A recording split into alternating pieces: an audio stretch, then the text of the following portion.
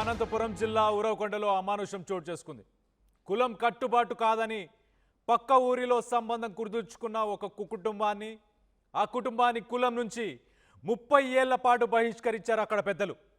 ఆ కుటుంబంతో ఎవరైనా మాట్లాడితే 1200 రూపాయల జరిమానా, ఆ ఇంటిలో మంచినీళ్లు తాగితే 1,00,000 రూపాయల జరిమానా ప్రకటించారు. ఇటు జిల్లా కలెక్టర్ అలాగే పోలీసులను ఆశ్రయించారు ఆ బాధితులు.